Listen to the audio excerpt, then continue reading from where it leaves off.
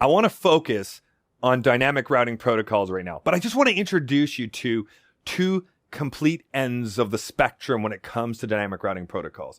This really describes their behavior. So let's start off with a behavioral discussion.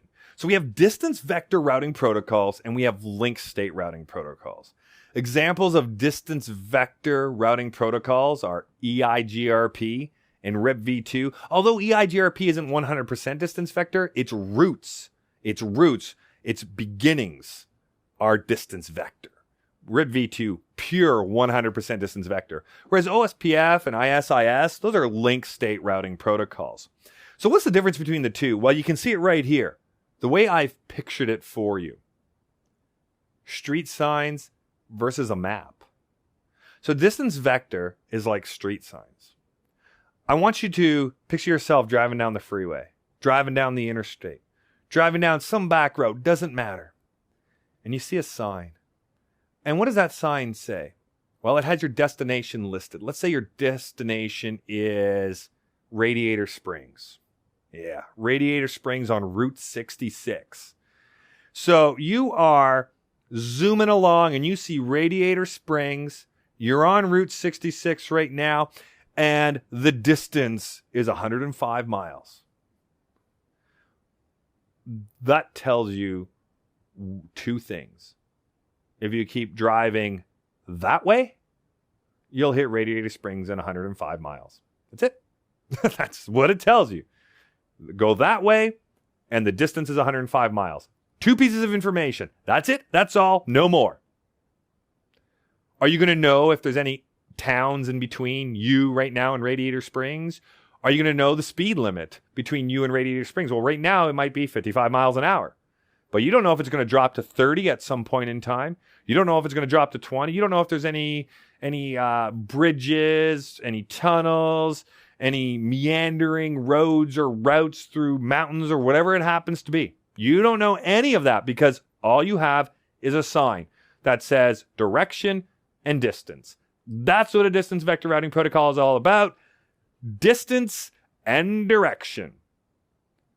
And how do we learn information with distance vector routing protocols? We learn it from our directly connected neighboring routers that are using the exact same routing protocol. That's it. That's all. Now, link state. How is link state? It's like having a map. Let me tell you, a lot of times it's better to have a map than just a street sign.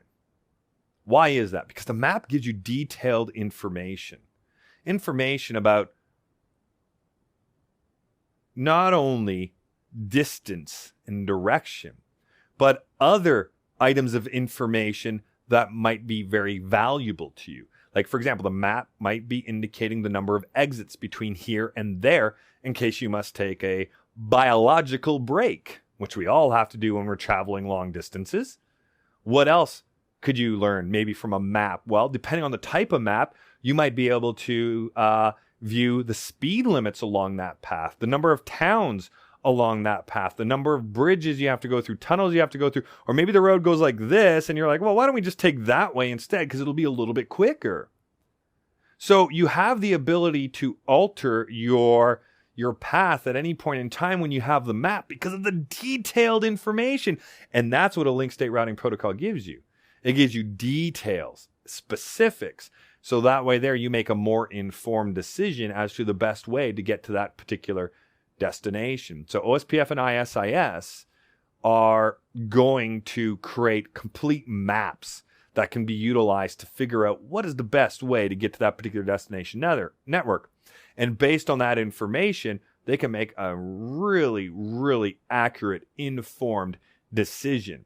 Whereas with our distance vector routing protocols, we're really just looking at distance and vectors. Now, EIGRP, let's not treat EIGRP the same way as RIPv2. RIPv2 is your basic distance vector routing protocol. It is purely 100% distance vector, whereas EIGRP is much better than RIPv2, but it's lumped into the distance vector category. But I don't want to give EIGRP a disservice here. Fantastic dynamic routing protocol.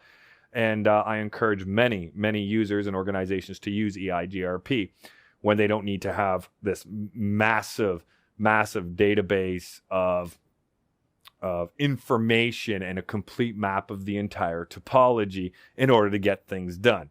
So what's the benefit of using link state? Well, every device is going to be sharing information with everybody, not just with directly connected devices. We flood our information through the network. So since we flood the information through the network, we can build these maps.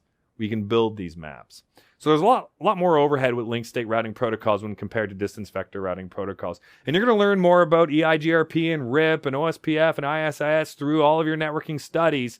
But always come back to the understanding of these basics. Distance vector, limited in the information that is exchanged and shared between devices when it comes to making the informed decisions.